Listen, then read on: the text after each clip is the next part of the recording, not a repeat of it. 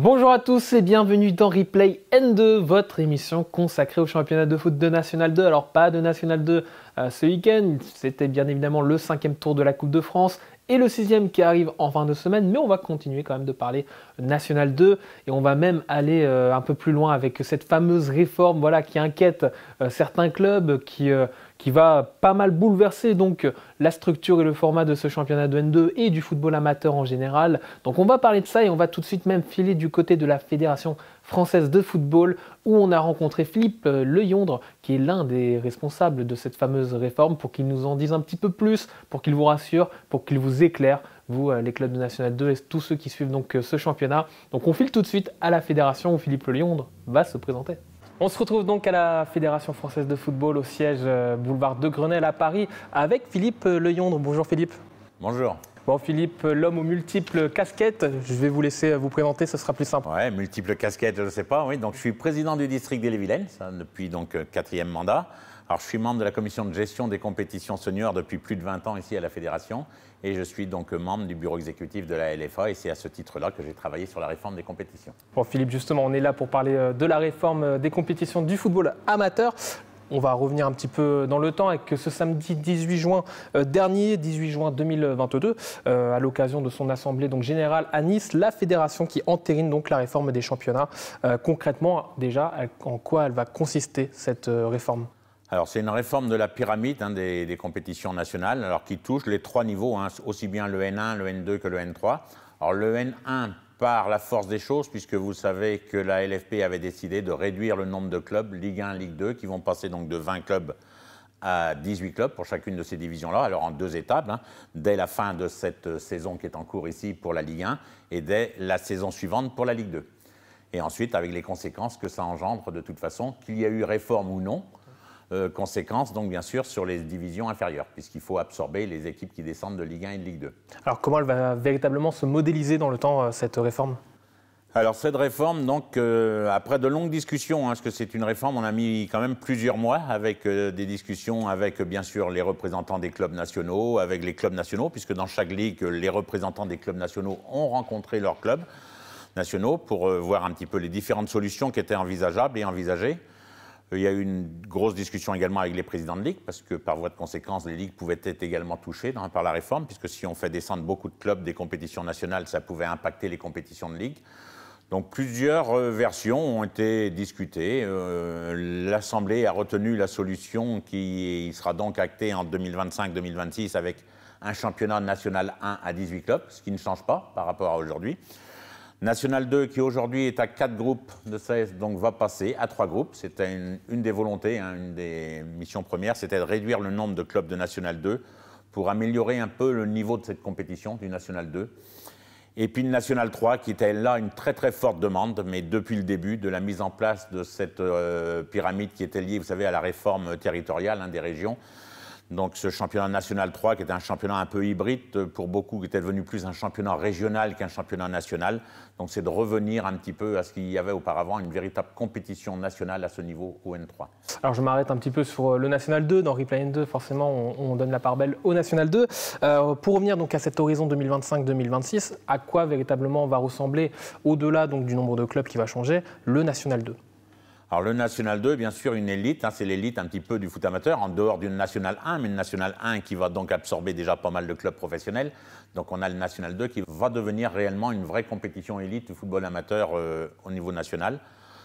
Donc avec 3 groupes de 16 équipes, donc la France divisée en 3 pour une belle compétition très certainement, qui va permettre aussi certainement aux clubs professionnels d'avoir un niveau, je pense, pour leur équipe réserve qui correspond un peu plus aux attentes des clubs professionnels, parce que c'était aussi une des problématiques, c'est de permettre aux réserves professionnelles d'avoir un réel niveau de pratique pour faire jouer leurs jeunes joueurs et faire évoluer leurs jeunes joueurs. Alors je vais poser une question par rapport à un vieux serpent de mer, bien évidemment, la question revient assez régulièrement, mais est-ce que ça ouvre cette réforme la porte à une Ligue 3 ? Alors, c'est vrai, comme vous le dites, un vieux serpent de mer, il y a toujours des discussions sur ce sujet, la Ligue 3 qui est très demandée par les clubs de National 1 notamment. On se rend bien compte, et je pense que tout le monde en est conscient, que vivre le National 1 avec des matchs le vendredi soir et parfois rejouer le lundi ou le lundi et vendredi.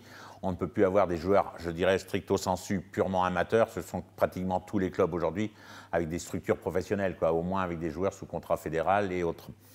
Donc il faut faire évoluer cette compétition-là. Dire qu'elle deviendra Ligue 3 tout de suite, vous savez très bien qu'il y a aussi le problème économique derrière. Les clubs professionnels ont aussi leurs problématiques. Actuellement, donc une enveloppe à se partager. Donc je pense que ça discute toujours. Alors ça va venir un peu assez naturellement puisque le National 1 compte aujourd'hui 5 clubs professionnels avec les descentes de 2 de Ligue 1 de cette saison plus 2 de Ligue 2 de la saison d'après. Donc on va se retrouver très rapidement avec 8 ou 9 clubs à structure professionnelle au sein du National 1. Donc je pense que la moitié du groupe sera déjà professionnel. Donc je pense que dans le temps, c'est quelque chose qui évoluera très certainement dans le temps. Il faut laisser le temps se faire. Plus globalement, en quoi elle était véritablement nécessaire, cette réforme pour le football amateur ?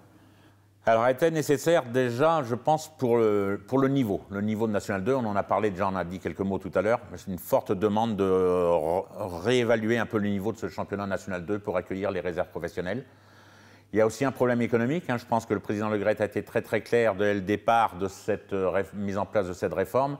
C'était que ce n'était pas en faire une source d'économie pour la fédération, puisque l'ensemble de la somme qui est allouée aujourd'hui aux compétitions nationales restera alloué aux compétitions nationales, même s'ils sont moins nombreux. Donc un partage donc, des ressources pour cette compétition nationale entre moins de clubs, donc des ressources un peu plus fortes pour les clubs qui y participent. Et puis pour le National 3, nécessaire parce que les clubs du National 3 qui avaient l'impression de vivre un championnat régional donc, vont retrouver une vraie compétition nationale gérée au niveau fédéral et donc avec donc, bien sûr tous les bienfaits d'une telle compétition. Alors tout à l'heure, vous avez évoqué des échanges avec les clubs, via les ligues notamment. Comment elle a été prise, comment se sont déroulés ces échanges plus exactement ? Comment ont été prises les idées par ces clubs concernés ? Alors on est parti d'abord avec un groupe de travail, un groupe de travail resserré au sein de la Fédération française que j'ai eu le plaisir d'animer, où il y avait quelques représentants des clubs nationaux, des représentants des ligues, donc où on avait émis plusieurs pistes possibles, quatre projets qui avaient été mis sur la table au départ. Très très vite sur ces 4 projets, on est arrivé à 2 projets. Un projet, le 1-3-6, avec 6 clubs de National 3 seulement. Dans tous les projets, on était à 3 groupes de National 2, c'était ce qui faisait l'unanimité un peu partout. Et puis il y avait le dernier projet qui a émergé, qui était le 1-3-8. Et donc c'est ce sujet-là qui a été, après de longues discussions avec les présidents de ligue, alors ça faisait moins de casse au niveau des clubs, parce qu'on passe quand même de 12 groupes de National 3 à 8, donc ça fait déjà beaucoup de demandes, beaucoup de descentes, je veux dire, auxquelles viennent s'ajouter le groupe de National 2 qui descend. Donc pour limiter la casse, c'est cette solution-là qui a été retenue par l'ensemble des clubs et l'ensemble des représentants des clubs nationaux. Alors vous avez fait référence tout à l'heure à la réforme du football professionnel, il y a cette réforme du football amateur. Est-ce que le football français est un véritable tournant de son histoire, selon vous ? Oui, là on revient vraiment à des vraies compétitions nationales. Je pense qu'on va redonner un peu vie à nos compétitions nationales. National 2 qui bien sûr va se retrouver en termes de niveau, parce qu'on supprime quand même un quart des équipes du National 2. Donc on va se retrouver avec une élite là vraiment des clubs du National 2, puisque 5 descentes à peu près par groupe, sur 2 saisons à suivre, les saisons de transition. Donc on va se retrouver avec les meilleurs clubs de National 2 actuellement. Il faudra voir dans le temps combien il reste de réserves professionnelles dans ce championnat National 2. Je ne suis pas certain qu'on retrouvera beaucoup de réserves parce que le niveau va se retrouver très très relevé et je ne suis pas sûr qu'on va retrouver à terme beaucoup de réserves professionnelles dans ce championnat. Tant mieux, ça sera vraiment une vraie compétition amateur de haut niveau. Bon, est-ce que vous êtes conscient, Philippe, pour terminer, que vous donnez des maux de ventre à plusieurs clubs et dès cette saison avec toutes ces descentes donc ? Oui, j'en suis bien conscient. Hier soir, on avait une réunion, nous, en Bretagne, avec les clubs nationaux. C'était un des sujets qui ont été évoqués. C'est vrai que ça fait 5 descentes dans les groupes de National 2, là, 5 voire même 6 pour certains, dans certains groupes, en fonction des saisons. 5 à 6 descentes sur des groupes de 16, c'est quand même beaucoup. Oui, très certainement les enjeux, et puis il va y avoir beaucoup de bagarres jusqu'à la dernière journée de championnat, parce que si vous regardez bien, pour avoir les 5 derniers, autant parfois on a les 2-3 derniers assez rapidement, à 3 ou 4 journées de la fin on les connaît. Avoir les 5-6 derniers, je ne suis pas certain. Je pense qu'il y aura de l'enjeu jusqu'à la dernière journée de championnat. Oui. On va avoir une belle saison 2022-2023. En tout cas, merci Philippe. Et avant de retourner en plateau, des remerciements également à la Fédération pour l'accueil de cette interview et à Estelle Morin pour l'organisation de cette interview. Encore merci Philippe. Merci bien. Voilà pour ce qu'on pouvait dire autour de la fameuse réforme donc qui s'enclenche dès cette saison et qui aura des effets dès cette saison avec notamment donc ces 4 descentes par groupe et qui va petit à petit jusqu'en 2025-2026 donc se former doucement mais sûrement.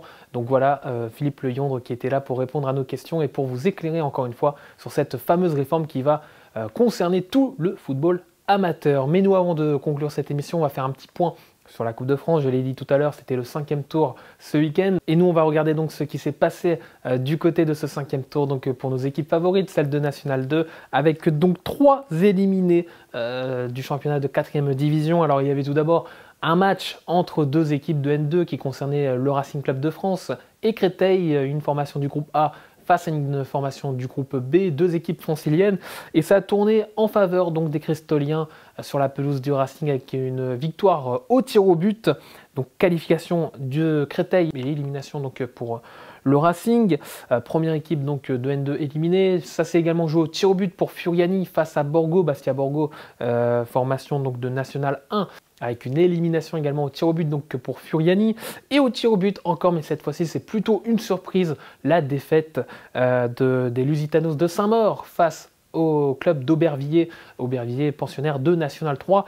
Encore une fois donc un destin qui s'est joué au tir au but. Donc voilà, 3 formations de N2 éliminées de ce 5e tour, Furiani, le Racing et les Lusitanos qui ne seront pas du 6e tour ce week-end. Et justement, en parlant de ce week-end, pas de 7e journée comme initialement prévu. Alors bien évidemment, place à la Coupe de France. La 7e journée qui était prévue et qui aura quand même un petit peu lieu. Il y aura 2 matchs à suivre ce week-end. Dès jeudi même, jeudi 19h, il y aura un match dans le groupe B entre Furiani et Besançon. Et samedi 15h, le match entre le Racing et Chartres. Donc 4 formations qui n'ont plus rien à voir avec la Coupe de France cette saison et qui disputeront donc cette fameuse 7e journée qui, elle, dans sa globalité, est reportée à une date ultérieure qui n'a pas encore été décidée pour le moment par la Fédération française de football. Voilà pour tout ce qu'on pouvait dire cette semaine sur le championnat de National 2. Je vous rappelle que ces 2 matchs qui arrivent de la 7e journée, vous pourrez les suivre sur foxsport.com, bien évidemment, que vous aurez le plaisir de retrouver Denis Balbir pour Live N2 vendredi et que nous on se retrouvera non pas la semaine prochaine mais dans 2 semaines. La Coupe de France oblige donc ce week-end avec le 6e tour. Donc on aura l'occasion de reparler National 2 dans quelques semaines. Mais vous restez bien évidemment attentifs à ce qui se passe sur Foot National avec donc tous les résultats à retrouver comme chaque week-end. En attendant, portez-vous bien et on se retrouve donc très vite. Salut à tous.